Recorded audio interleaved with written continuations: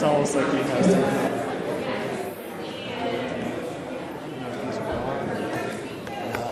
We're supposed to hold them and talk? I don't know. Really, they're standing up here. I would too, because I'm actually. Welcome, everyone. Let's just get up and walk. Can you hear me? Yes? Excellent. See, I told you. My name is Barbara Prose, and I'm the Assistant Minister of several things at this church, one of which is outreach, our social justice efforts.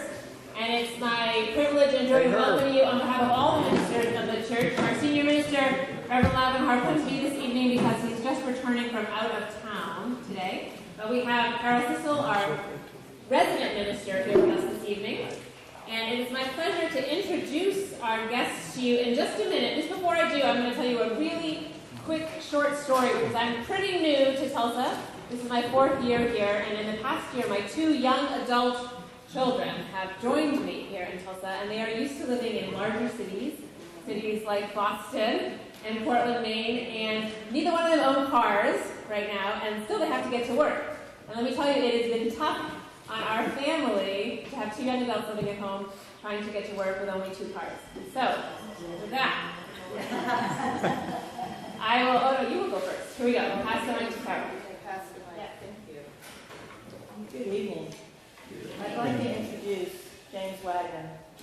James is the Transportation Projects Coordinator for MCOG, the Metropolitan Planning Organization for the Tulsa metro area. His work includes public transportation planning along with bicycle and pedestrian planning for Tulsa. At MCOG, he works with member governments on programs to improve transit and bicycle pedestrian transportation options. It's important to note, in 2012, Mr. Wagner was recognized by Oklahoma Magazine as a top 40 under 40, and by the Tulsa Business Journal as a Tulsa 40 Award recipient. Welcome, Mr. Wagner.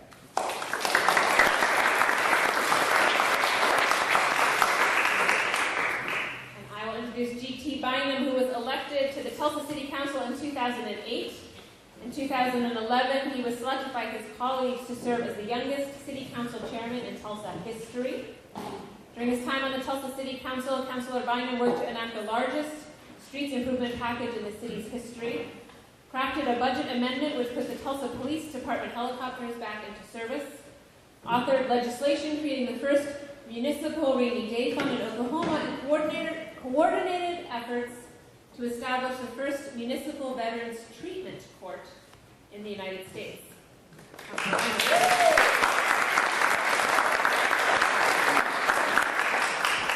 Before the final introduction, I want to add a story to go with Barbara's.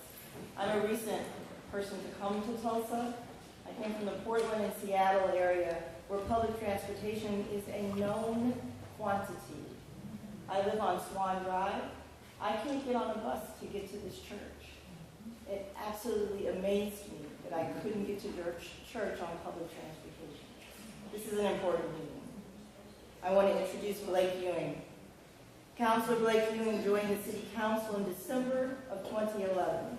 He's lived in Tulsa for better than 20 years.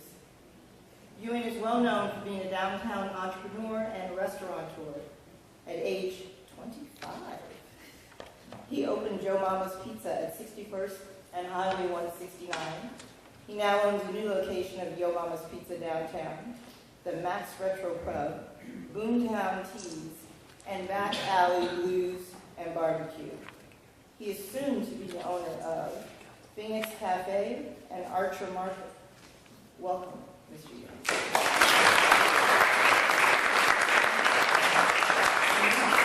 Just so everyone's aware of the agenda, each presenter has 10 minutes or so to speak, and then we'll open it up to the audience for questions. Thank you all.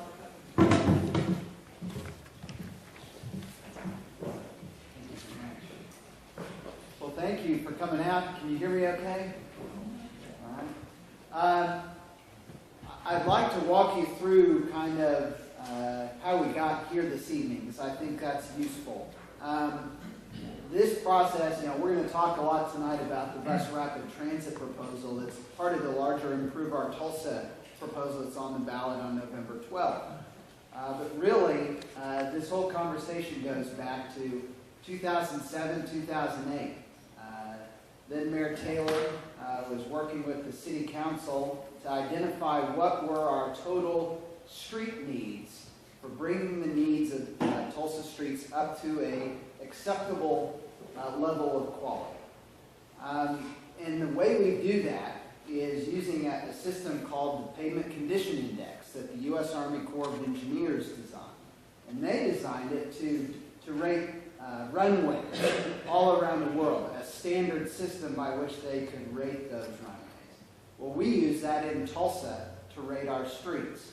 We take that information, plug it into a computer program, and that computer program combined with the Pavement Condition Index, the money we have available and the time in which we have to spend it, tells us what we can get the biggest return for our dollars spent. So, I worked in Congress for 6 years and was used to like the backroom deals and politicians figuring out what got worked on and what didn't. This is entirely based on analytics, the street side of this. But going back to 2008, what they determined was that we had over $1 billion need to bring us up to a pavement condition index of 70, which is, C average, that's acceptable. We were dropping like a rock. And the reason we were dropping like a rock is two main things. First of all, in 1964, the city of Tulsa was faced with a real development conundrum. You had the city of Broken Arrow and other suburbs starting to get larger and talking about annexing. Broken Arrow even talking about annexing up to what we now know as 31st and Garnett. And so really overnight, in a period of about a month, the city government, the city of Tulsa, annexed everything that we now know of as East Tulsa and South Tulsa, tripling the size, the geography of Tulsa overnight. And long term, that's been good for us because South Tulsa has really boomed from a development standpoint. East Tulsa is really starting that now. But there were trade-offs. One of those is that we went from being a fairly densely populated city where you had a lot of people per square mile responsible for maintaining that infrastructure to suddenly picking up all that land that didn't have so many people, being a much less densely populated city with less people per square mile to maintain that infrastructure. The other thing that happened is that we picked up a lot of land, particularly in East Tulsa, that hadn't been built according to the City of Tulsa building codes and was prone to flooding, built in floodplains. And so we went through over about a 40-year period of time really building street infrastructure out in South Tulsa that could accommodate that expansion, and then building one of the world's best stormwater systems. We have people from Europe that come here to study that stormwater system, but it's all underground, so you can't see it. But that's what your money was spent on over that period of time, rather than maintaining your streets at an acceptable level. And so we put that into a proposal at $452 million in 2008, took it to the voters, and it was approved overwhelmingly. But we did that with an acknowledgement that that was only the first step. It only passed out of the city council back then 5-4. And the 4 councilors that voted no, they didn't vote no because they didn't want to fix the streets. They voted no because they thought we should be doing it all there. They did not think that the future city council, the future mayor, the future citizens of Tulsa, us right now, would keep our eye on the ball and follow through with keeping that commitment, that focus on streets. Well, back in December, Mayor Bartlett and all 9 city councilors got together and talked about knowing that the Fix Our Streets tax was going to expire, what should we do? Where should our focus be? And what were those areas that all 10 of us agreed upon? Well, really quickly, all 10 of us agreed that we should keep, at the very least, over the next 5 years, the same amount of money, at least, going towards street rehabilitation and reconstruction. Another thing that we agreed upon is that we ought to focus on maintaining things that we already have rather than building new things. And that is, for politicians, very difficult. Because the fun thing when you're running for re-election is to say, I got this built, rather than to say, I maintained this thing that someone built 50 years ago. And the third thing that we agreed upon is that we ought to look at those things that we can leverage private dollars versus public dollars so that the taxpayer gets a greater return on their investment. And we came out of those meetings with those kind of three main ideas.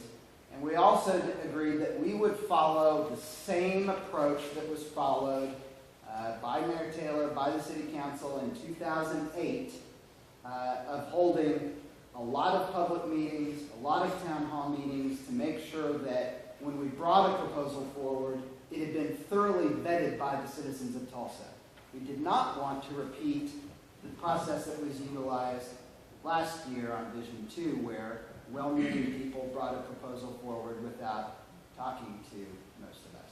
So we started out, we held a series of town hall meetings back in March and April, really just to present the needs. Here are the needs that each department has rated as their top needs.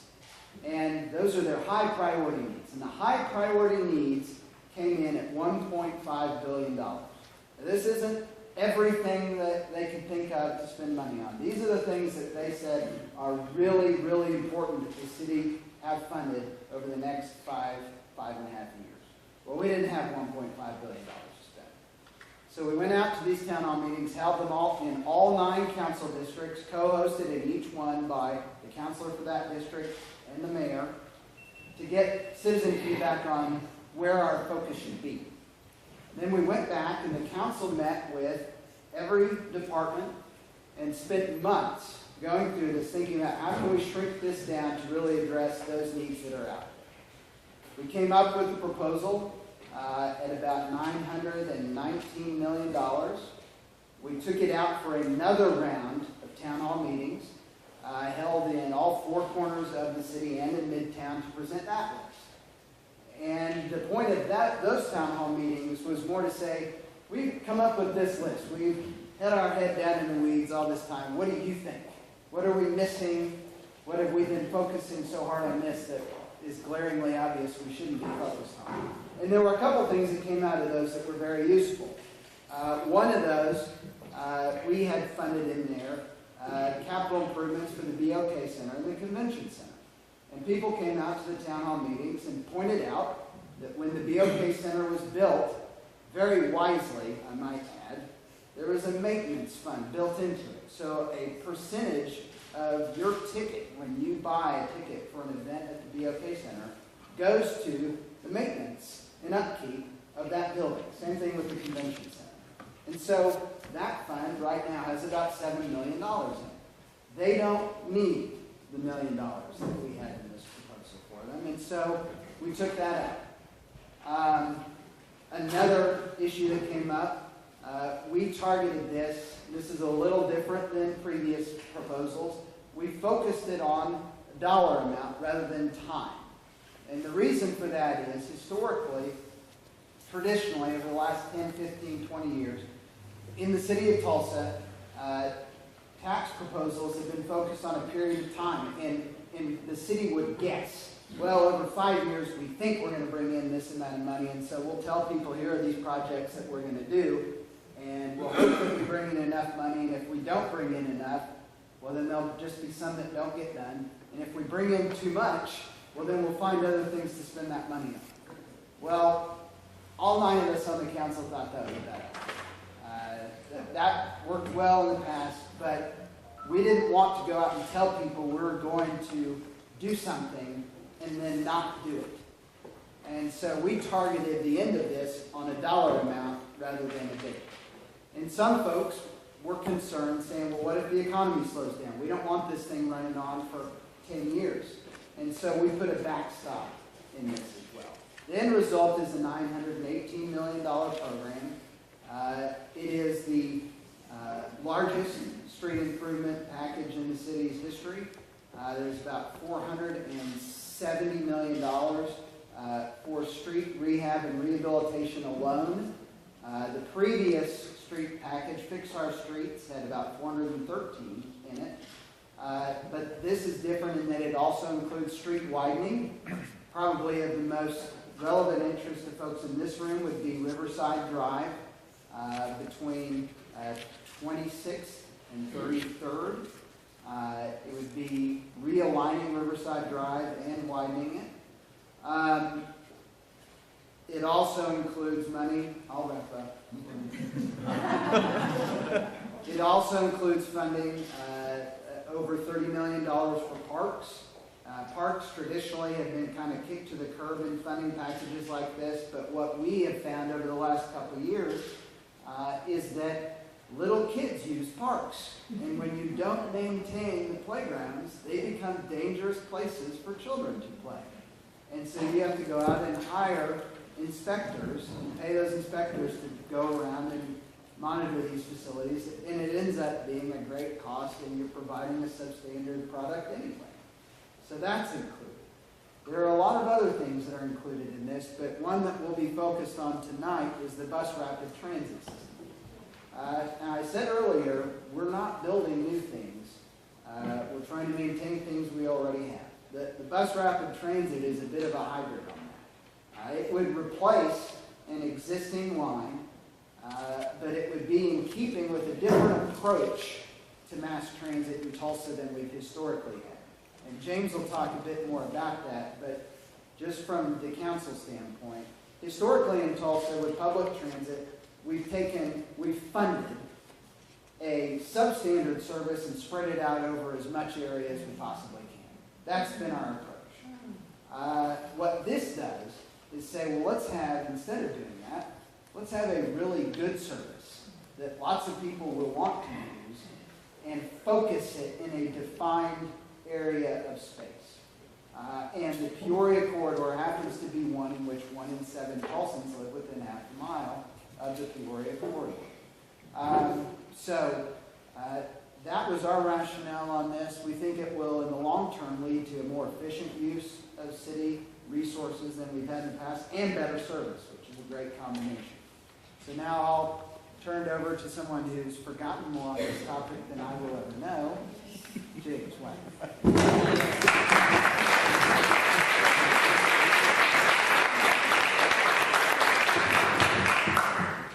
Well, thank you for that introduction. I think I certainly was watching the process that the City Council went through, and frankly, am incredibly impressed with the process that they went through. I think it's a very important thing for the citizens to have that process to rely on. So I'm humbled but honored to be here today to talk about bus rapid transit. The bus rapid transit project is really a very systematic approach, and in many ways this is an opportunity to kind of tell you about how that systematic approach evolved and how we got to the point of recommending this as an implementation solution. It really started in 2011 with a regional look at transit. We had not really ever taken a look at transit from a regional perspective before. And so we looked at transit corridors almost as if we were starting with a clean slate to say, if you had no transit, where would you build high-capacity transit corridors? So we spent about a year gathering public input and really doing some heavy-duty data analysis on where the places would be that you would invest in transit to get your highest return on investment, meaning the most amount of people would benefit from that. So that process was commonly known as the fast-forward process, but really the technical name was the Regional Transit System Plan. It was adopted in October of 2011, and out of that came a recommendation that the Peoria corridor was the top corridor to study because of its demographics, because of its existing transit ridership, and because it made the most sense to start with in terms of developing a system that would work. So in 2012, that led to the development of the specific examination of the Peoria corridor for implementation and exactly what would be involved in terms of what would that be? So we kind of started again with a blank slate. What would it be? Would it just be the existing bus service that we have now? Would it be something in between bus and light rail, which is kind of where we ended up in terms of bus rapid transit? Or would it be something like a streetcar or something like that? What would be the best investment in that corridor to return the efficiency of having the most number of riders that we can have in terms of that investment?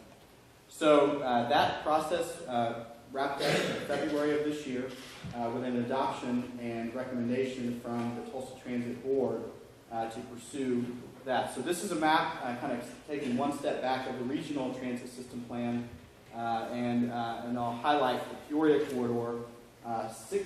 69,000 residents, which represent 1 in 7 Tulsans, live within a 10-minute walk of this corridor, so that's half a mile. 37,000 jobs, which represent about 20% of the city's jobs, are within a half a mile of this corridor as well. The other thing that led us to this corridor was a plan that had actually been completed prior to our studying it, and that was the Planet Tulsa Comprehensive Plan. And during that planning process, there was a recommendation to implement what was called the Big T. So it's a T turned 90 degrees, and that was Peoria, and it was 21st. And so this further supported the idea that this was the right corridor because the comprehensive plan also included land use policy that would be supportive of transit development. So as Councilor Bynum mentioned, and as I just mentioned as well, this corridor connects 20% of the city's jobs with 1 in 7 Tulsans. And so there is no other corridor that connects more jobs and more people than the Peoria corridor, which makes it the right choice in terms of the first one to go with. Our solution then was based on data.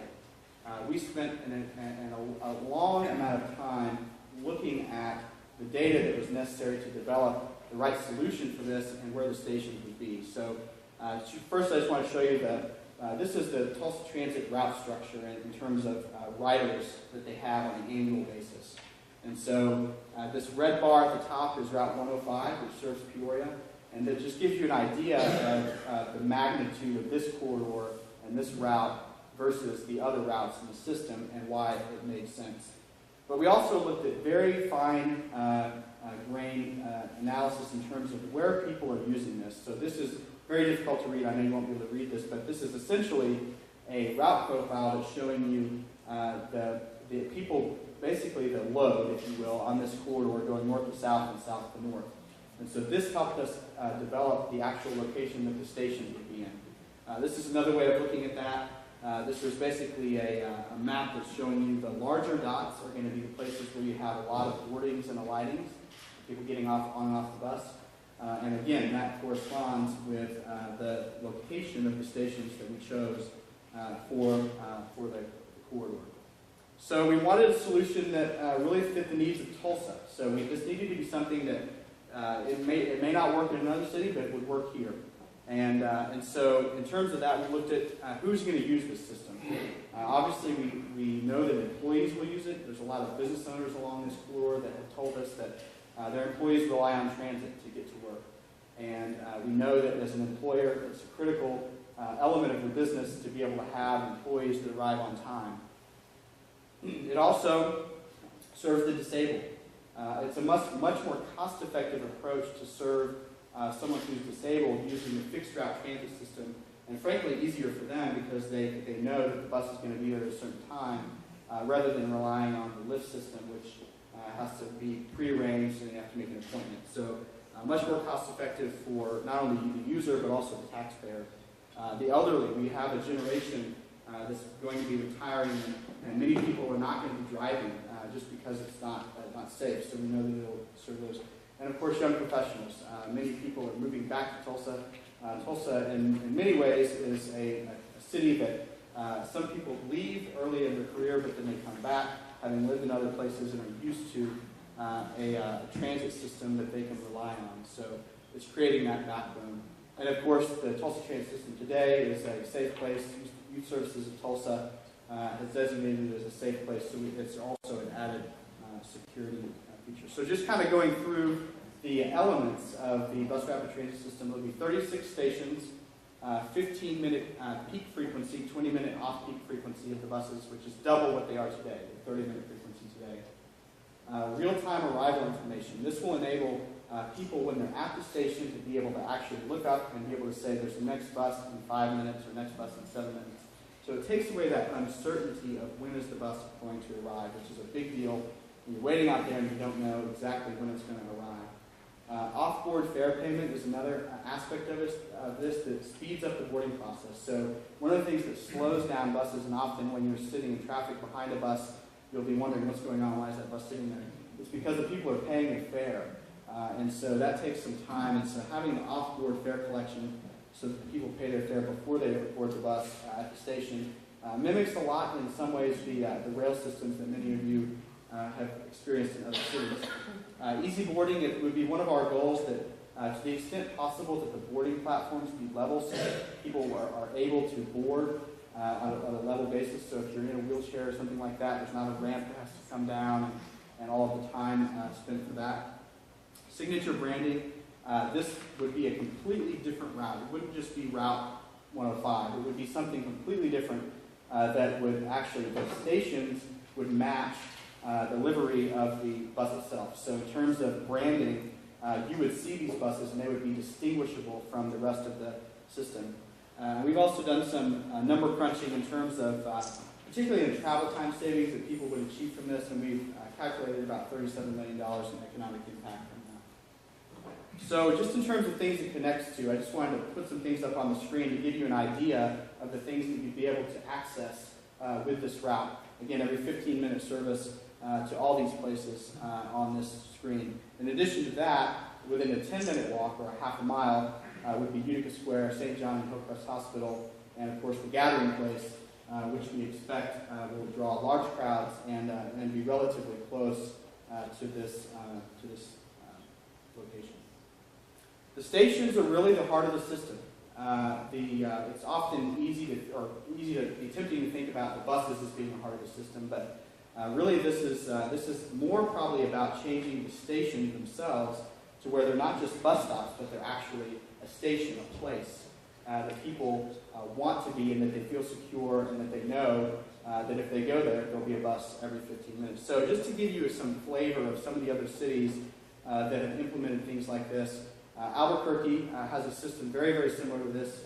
They call it arterial bus rapid transit, which is essentially the same thing that we have running on an arterial. This is their station. I don't have a photo of their bus, but their bus looks very similar to it. It's branded the same way, and they call it the Rapid Ride. And they've even gone to the extent that they have, in terms of a place-making effort, they have added the signage in terms of where they are so that it's very evident. Just like it would be if you were on a rail system and you arrived at a station, you look out the window, you'd say, I know I'm at, in this case, Louisiana Avenue, or in our case, it would be something like 41st or 45th Street, something like that. The Fort Worth transit system has done something very similar. They have taken their highest productive transit route and they've implemented a similar system like this. And so there's kiosks that tell you exactly all the information you need to know. This doesn't show the photo of it, but there's the real-time information there as well. And then the buses, as you can kind of see, match that design. And just to be clear, we're not considering these articulated buses at this point. That's further down the road. They had to do that in Fort Worth just because of the capacity issue. They really needed the capacity, but at this point in time, we're not considering that because it really takes a significant change in the maintenance facilities that are required for it. Another example of a station in Fort Worth, again, trying to kind of make a place a little bit more than just a transit shelter. And then this is Kansas City. Now, this has been a system that's been in place since 2005, so we're coming up on, I guess, 8 or 9 years that's been in place. And their system, again, matches very closely. They have the kiosks that tell you where you are, in this case, UMKC, and then the buses that actually match that design scheme as well. So the concept examples, this is just an example. This is actually came from San Antonio. They've done the same thing. 32-foot concrete platform. There would be canopy lighting. Lighting is really critical in terms of security, just making sure that people feel secure. Bike racks, the branded information as well, and perhaps even some public art as well. And this is what San Antonio's looks like near their downtown. They call theirs Primo.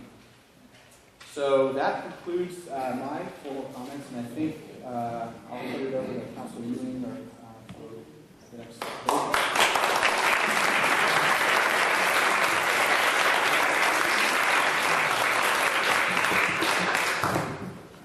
Thank you, James. Councilor Bynum. Great as always. So I'm here for cleanup. And basically it's just Q&A time. So if you guys have questions, just raise hands, and as long as you remain civilized, I'll remain civilized in return. And we'll try to get as many of these things answered as we can. Obviously the questions that I don't know the answer to, I anticipate there will be at least one or two. I'll send it that way. Yes, sir. I guess this is probably for James more than anyone else. Whenever you're doing a plan, you tend to want to look out beyond what the most current situation is. Any thoughts, or have you all looked out beyond where you may be going immediately, perhaps looking into expansion and those kinds of things? The second most used route or something like that? Yeah, that's is this on? Can everyone hear me okay? Is that okay? The short answer is not really. I mean, the transit system plan that we did in 2011 identifies 16 corridors, and it prioritizes them as well.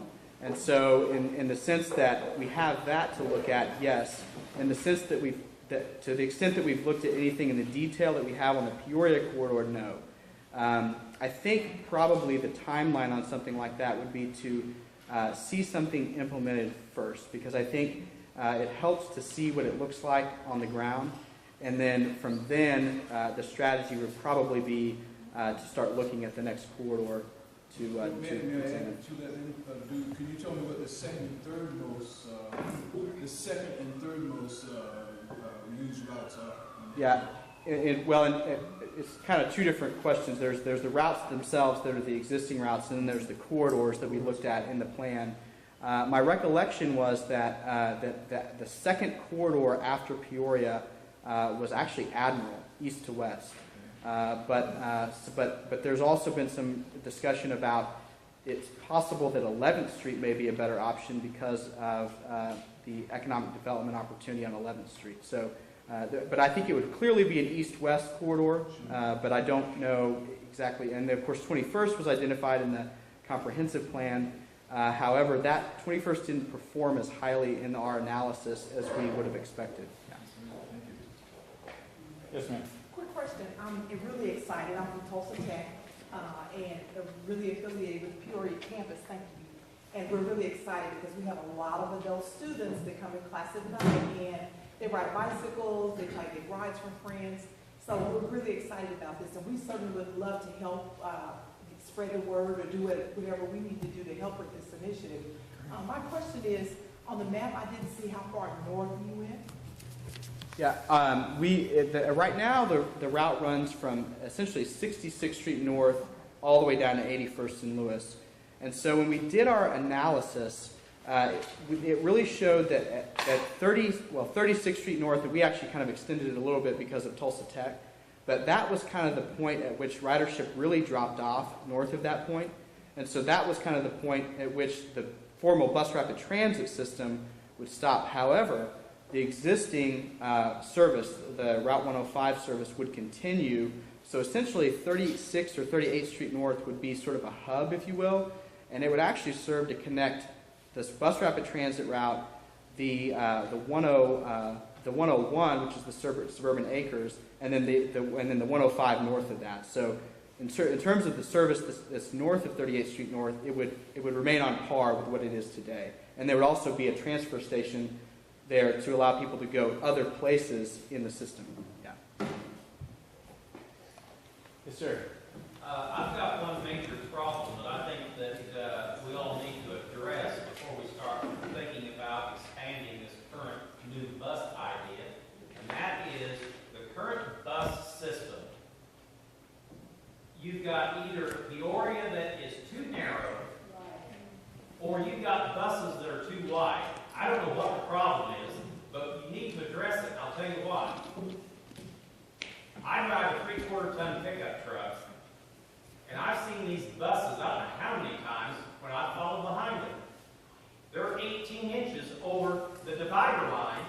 my lane. Now, if I hit one of those, I will guarantee you the bus won't get a ticket. The city isn't going to pay for it. They're going to make me pay for it, even though the bus is on my line, because I know how the city works. It's like this everywhere. I mean, it's not just Tulsa. So I would say address the street problem, and then I would be 100% for this. But you still have an old problem out there that is continuing to be a major issue. And when my wife drives a Honda Civic, and I think she shuts her eyes when she goes around the bus, hoping she doesn't get hit. But they need to stay in their lane or start ordering your new buses about 2 feet narrower.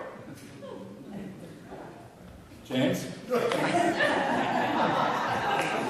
I don't know. He's just a transportation planner, not a bus designer.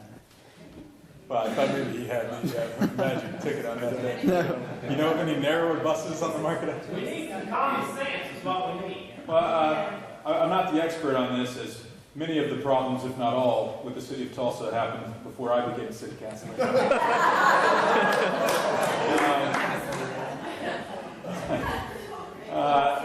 My understanding is that there has been an effort in the past to widen Peoria, especially as it ran through the Maple Ridge neighborhood. I think that's probably the area that you're referencing. And if you've ever dealt with the neighbors in Maple Ridge, you'll know that it's not me you need to talk to about that, but it's the neighbors in Maple Ridge. I think the concession that they made the previous time this thing happened was to allow the drainage, those where your car used to dip down when you drove down Peoria. They at least fixed that by allowing small cut-ins for the drains on the Maple Ridge side. But I think, if I recall, the response was an adamant no. We do not want this road to be any wider than it is on Peoria as it runs by here. And it was one of those deals where the neighbors definitely were heard in that discussion. I think there's also been suggestions of making Peoria, at least through that stretch, a 3-lane, one each way with a center turn lane. That was not well received. So this is not something that hasn't been looked at in the past or people haven't tried to deal with before. I would anticipate that that will be addressed again sometime in the future, probably after I'm a city councilor. But I think your point is well heard. Any other comments? Yes, sir. Yeah, and kind of in the same vein, is the concept to run on existing Peoria, or how are you going to make it high speed on the existing street? Okay, so, yeah, that's a great question, actually. So, yes, the concept is running existing on Peoria, so no real changes in the street geometry, so to speak. So the difference is, in terms of how it's bus rapid transit versus what we have today, really is in 2 areas. One is a greatly reduced number of stops. And so rather than having literally an unlimited amount of stops is what you have today, there's a flag stop system where essentially the bus will stop anywhere. The stops would be only at those locations where there's a station. So again, it's trying to kind of it's trying to focus a lot of the attention on the stations, just like you would if you were in a rail system. Just so if you think about it in your mind's eye in terms of like you would any city where you have a rail system, you know that the train doesn't stop between stations. So it would be very, very similar to that. The other thing that it does in terms of being able to speed up the bus's actual end-to-end time is if the bus gets behind schedule for some reason, the system would allow the bus to extend a green light to allow the bus to clear the intersection to get to the other side, because the bus stations are actually on the far side of the intersection after you've cleared the intersection. So that essentially enables that reliability to be there so that bus can stay on schedule. And so that's how it is. But no recommendation of any geometric or widening of any geometric change or widening of the street itself. Or for the buses to drive faster. So Right, it's not right. a question of bus speed. No. Driving. Just so that's clear. Yeah. I see lots of hands. Yes, ma'am. She's got the mic. Okay. Okay, so you're taking away, I taking away bus stops, the way but that's supposed to make it faster. You're going to have, so the people are going to have to walk further to a bus stop. Well, I can clarify this one a little bit. What we have right now is a system where we have bus stops that are the pole that says bus stops. But our system operates in such a way that if you're just walking down the street and you see a bus coming by, you can wave at the bus will stop essentially at any random spot in the middle of the thoroughfare, and you can hop on the bus. So while that's convenient for the individual rider, it does reduce the predictability of when a bus is going to be at a certain place. And so the appeal of a bus rapid transit system, as opposed to that system, is that we're increasing the number of buses and putting the stops in the high-frequency places so that there's a predictability for the rider. Right now, it might be nice to walk down the street and flag down a bus and have it pull over, but you might be walking down that street for 30 minutes before a bus passes. On this system, you can expect that a bus will be at that station inside of 15 minutes during its peak times. So it isn't necessarily a sacrifice in bus stops. As James mentioned, there's an infinite number of bus stops if you can flag down the bus. What we're doing is making well-lit, clean, safe bus stops in the areas that analytics show are the highest points of getting on and getting off a bus along the Peoria corridor. Because it's been determined that the most valuable things of a system like this are predictability of headways. I know that if I need to be at work at XYZ time, I can show up at this bus stop and I will never wait more than 15 minutes to get on the bus. And I'll be in a safe place where I can buy my ticket before I even get on the bus. It takes all the guesswork out of the system. So I guess on its face, saying that you're taking away infinite bus stops and replacing them with a set number could sound bad, but what we're doing is actually the opposite. It's making it better by making it more predictable and reducing those headways at least half of the current wait time. Did I do that okay, James? Yeah, I absolutely. didn't know you could flag down a bus like you can a taxi. I had no idea, never tried. But I agree with the gentleman and everyone who left.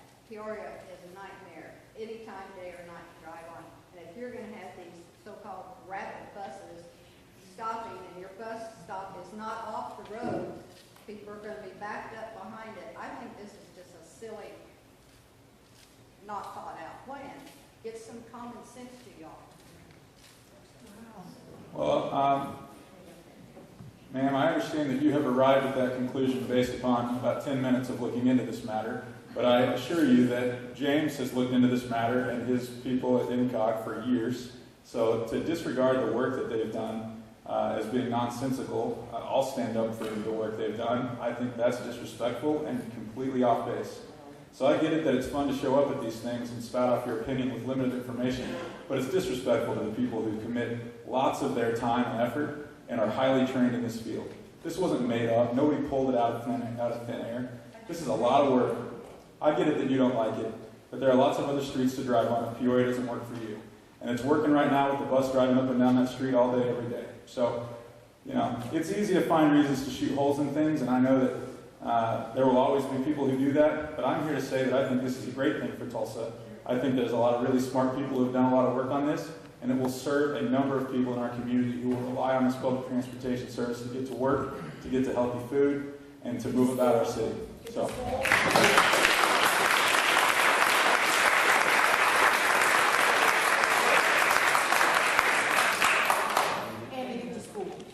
And to get to school. At Tulsa Tech. We're not going to win that fight, Herb. Any other questions or comments? This lady right here has. Yes, ma'am. I'm curious, what is the fare? Can you please use the microphone? What is the fare going to be? And do you anticipate being able to pay the cost of running and maintaining the buses from the fares that you collect? Yeah, I think I can take that.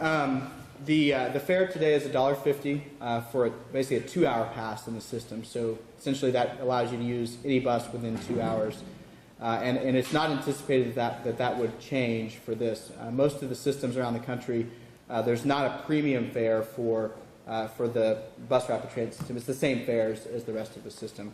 In terms of the operating cost of this, so transit, of course, doesn't cover its entire cost with the fare box. However, if you're investing in corridors that have high ridership, the fare box, what they call the fare box recovery, is higher because you have more riders per bus. And so if you look at what our projections are for this route in terms of comparing that with the rest of the system, this route will recover more of its costs than the rest of the system-wide. So in that sense, it's a more efficient allocation than it would be if you were just allocating it on sort of, I guess, what we call the peanut butter method, spread it thin, by focusing it on this corridor. So what will your shortfall be? The shortfall? We think that the additional, so right now, the Peoria corridor is about $1.3 million annually to operate what it is today. And of course, since we're doubling the service, it's about that. But then you have to take out of that the fare box recovery. So if the fare box recovery is higher, then that reduces that number to a lower number. I would like the panel to comment on the time the buses will run on this new proposed rapid transit. For example, my wife and I were able to very conveniently take the bus to the Paul McCartney concert. But we had to park the car downtown because every time it was over, the bus would stop. Okay? I understand this new proposal is to have slightly extended hours. Blake, you'll note that we were downtown this weekend and there was lots of stuff going on after 10 o'clock at night. So it would sure be nice to get on the bus and come back home to Maple Ridge at 11 o'clock at night. I appreciate you being the voice of the party animal, Craig. It was unexpected. but that group needed some representation here, and I'm glad that it was here. I'm not the expert on the projected ridership. I know that it's been something that when we've discussed this on the council, there's a strong desire to stretch ridership beyond the current time frame to accommodate people like my employees who suffer from the same issues that you guys are dealing with. They're getting off work at midnight or later and the bus system is down. People who want to get to church on Sundays don't have that option right now. So I can't talk logistics, but I can talk philosophy. And I think the long term, the intent here is to put line number 1 into place and show the community what happens when you have a high-frequency service that meets a great number of needs. And you start eventually turning the tide in a couple of places. One is basic ridership. People who, for whatever reason today, don't feel comfortable riding the bus, all of a sudden feel comfortable riding the bus. And it's not just this line that benefits from that in terms of the fees that James is talking about. You start having more people participating in the system. And as more people participate, right now our buses run whether there's 6 people on them or whether they're full to capacity. So we start finding an efficiency in that system with more riders on the current routes, right? Causing that peanut butter effect to at least be a thicker spread of peanut butter. But what you also do philosophically in the community is stretch that desire and that demand beyond the existing time frame. So it's a crude comparison to a restaurant, but I'll stay open as late as there are customers. And at Joe Mama's, we serve pizza till 3 o'clock in the morning on the weekends because I have customers that time. But it wouldn't make any sense to stay open till 5 because my customers would drop off. Maybe. I could try. But I think the point, Greg, is that as that Greg will be there because there's no way home from the Paul McCartney song.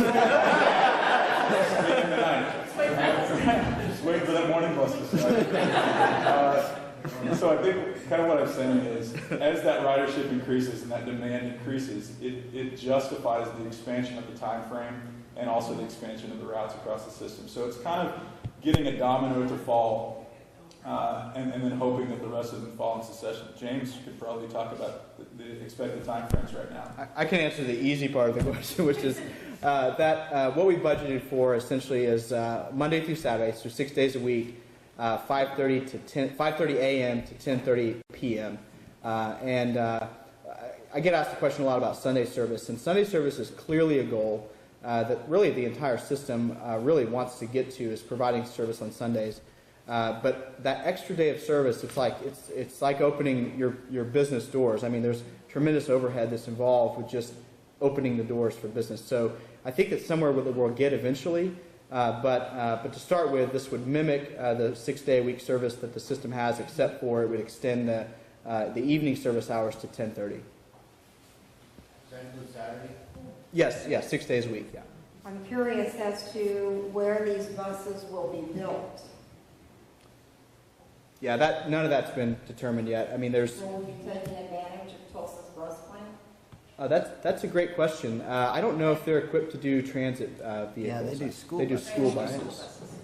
Yeah.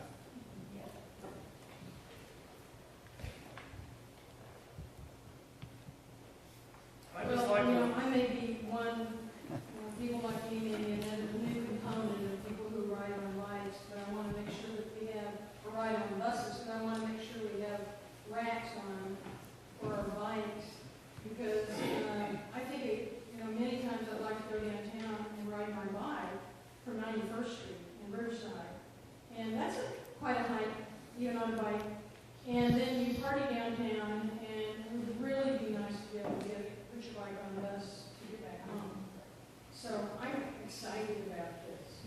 And I also work with the Tulsa Hub, who provides bicycle transportation to underprivileged people who don't have options, and they need buses. Many times they have to ride their bikes to a bus stop, and right now it's just not as available as it could be. So I'm really excited about this for a variety of reasons. So we'll talk about the racks on the buses. Yeah.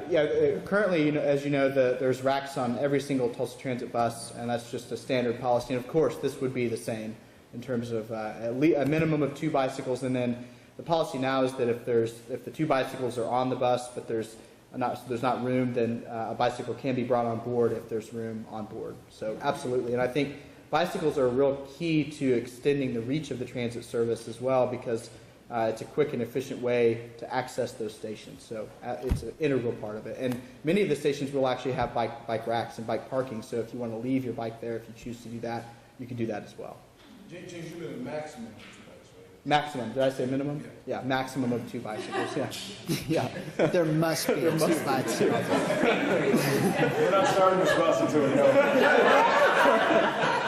Yes, the proposed buses be run on compressed natural gas with this greenhouse emissions. Yes. Yeah. All the buses that Tulsa Transit procures now are CNG powered, and they've got a.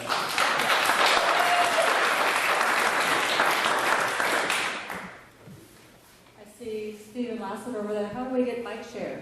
Because I can take my bike, I'm at 33rd in Rockford, I work at 3rd in Detroit, so I can grab that corridor, but how can I just know that when I get someplace, I've got bikes? Yeah. Are you suggesting that Stephen Lasker is an advocate for bike share? One time he said that. One time. Yeah, that's another great question. We're actually working on putting together a funding package to do a bicycle share business plan, so that a bike share system. So a bike share system is essentially there would be stations where bicycles would be located strategically, so that people can go and essentially check out a bicycle and then return it to another station. So very similar to what you see on river parks, and many cities around the country have started to implement these, even to the extent that in Fort Worth, for example, they implemented a system. The Fort Worth Transit Authority actually implemented the system, and then subsequent to that, developers were so interested in the bike share stations that they started basically paying for a station to be put in their, near their location. It was that in high demand. So clearly, that's a way to extend the reach of transit, so that last mile of the trip can be completed even if it's not on a transit route. Yeah. Yes, sir. The last one. Will any of the stations have pull-outs for buses, or will it just be shared on the street? There may be a few, so the final design of this hasn't been completed, but there may be a few places where the boarding and alighting counts are high enough that they warrant doing something like that. So again, it's not adding a lane, but it may be that the bus is able, similar to if you've been on North Peoria from like Pine to Apache, there's several of these locations where the bus can actually pull out of traffic. There may be some locations where that's necessary. I don't think it's going to be at every station. But if the volume really warrants it, and it's, frankly, it just has to be technically feasible. There's some places where there's buildings. So there's just absolutely no way to do anything like that. But if it's feasible, I can imagine there might be a few places where that might happen. Greg's got a yard that borders Peoria. There you go. He actually owns that little. Then we're taking it. Sounds like permission to me. Oh, that's good. He doesn't want to mow anyways. Is there one last question? Mr. Lighty had a comment. Did you? Trail speakers will stay afterwards when we finish, but one last question. I just want to thank the council. I was one of those, as I'm sure a lot of the people in this room, who opposed the Vision 2 process, primarily because of the fact that it didn't meet the expectations of the citizens to be involved in the process. And I just can't thank you enough for the vetting of this entire process. We're not going to get everything we want. We're going to get some things we don't want, but this is a great package, and hats off to you guys for really doing the hard work to bring it to this point.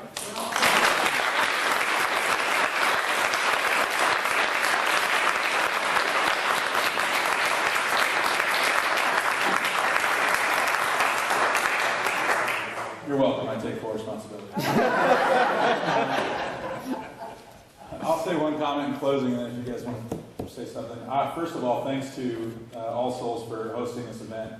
Always a pleasure to come, and really this group tends to be one of the more informed bunches every time I'm here on what's going on in the city of Tulsa. So we've got informed and active citizens when we have these meetings here, and I appreciate that. It's always refreshing to talk to an engaged citizenry. So thank you and kudos to you for making our city better.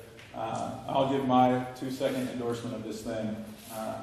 I believe that in order for a city to start to pick up the momentum and start to gain the self-esteem that it needs to achieve new heights, you've got to take care of the core basic needs, your key responsibilities. And that's what this is. This is a package almost entirely comprised of the absolute, almost unseen basics of a community. The conditions of your street, the breathing apparatuses for your fire department, infrastructure all across the board, your city parks. It's taking care of our obligations. To me, the most exciting element in this package is this bus rapid transit. It's a forward-thinking investment that I think builds a community for the future. We're going to continue to see volatile gas prices. We're going to continue to see an aging baby boomer population in our community. We're going to continue to see young adults looking for different ways to get around. And this is one of those things that doesn't just say, what's the most important thing for yesterday or today? What kind of city do we want to be building for the future? And I think it's really important that city be one that has a sound public transportation system. So I think this package takes care of things, to Councilor Bynum's point, that were obligated to us long before I became a city councilor or many of us became Tulsans. I think decisions that were made in the 60s we're addressing today. But I also think we have an opportunity in these things to plan ahead so that future generations of city leaders are not trying to make up for the things we neglected today, but instead have a solid foundation on which to build. So I encourage your support. We cannot take the next step as a city unless we take care of our basic things, and that's what this is. So thank you once again for coming out, and I'm glad to pass it on. I just wanted to extend a quick welcome to Curtis Keener and Kurt Beatty from our Dream Team here at All Souls, who really pulled this together.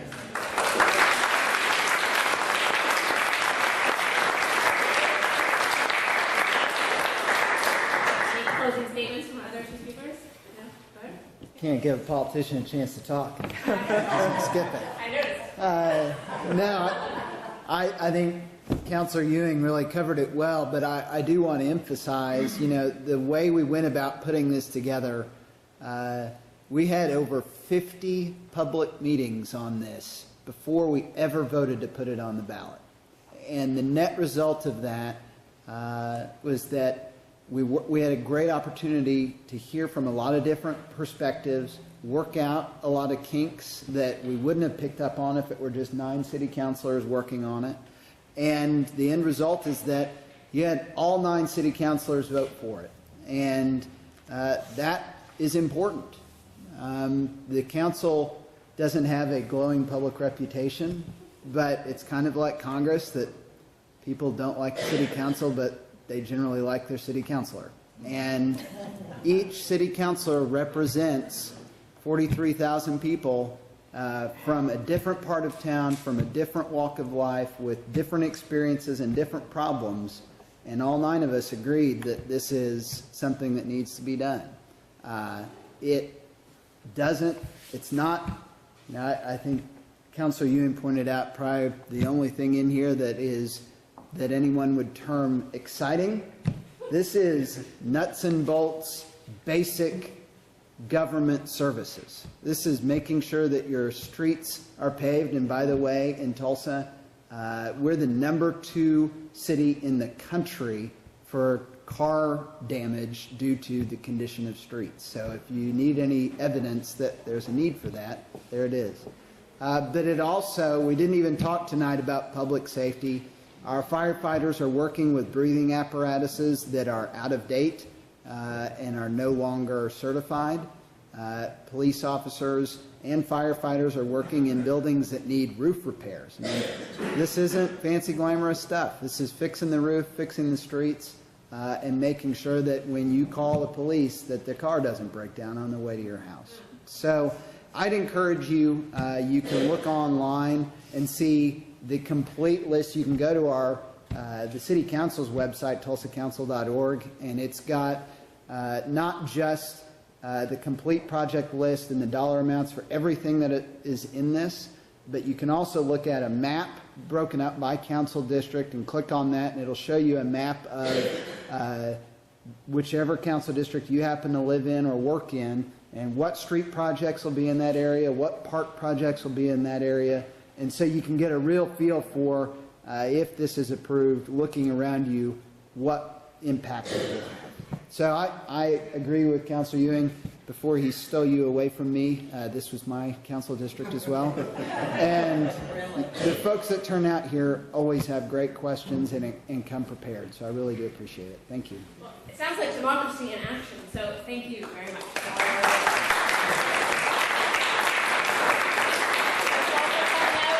Speakers will stay to answer your questions individually. Thank you very much. Exciting stuff.